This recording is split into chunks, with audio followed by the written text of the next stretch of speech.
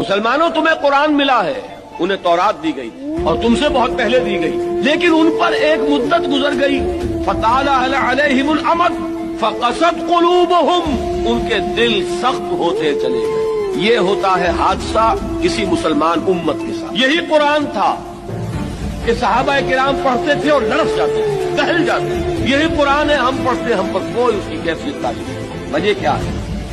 ہمارے دل سخت، اور سختی کا یہ عالم ہے۔ سورہ بقرہ کے شروع میں اہل کتاب سے، یہود سے خطاب کر کے کہا گیا ہے ثم قست قلوبکم فہی کالحجارۃ او اشد قسوۃ، پھر تمہارے دل سخت ہو گئے اور وہ پتھروں جتنے سخت ہیں بلکہ ان سے بھی زیادہ سخت۔ فإن من الحجارۃ لما يتفجر منه الانہار، چٹانیں تو وہ بھی ہیں جو پھٹ جاتی ہیں، ان میں سے پانی نکل آتا ہے، پتھر وہ بھی ہیں جو گر پڑتے ہیں اللہ کے خوف سے۔ لیکن یہ کہ جب انسان کا دل پتھر ہوتا ہے تو کوئی شے اس کی سختی کا مقابلہ نہیں کرتا۔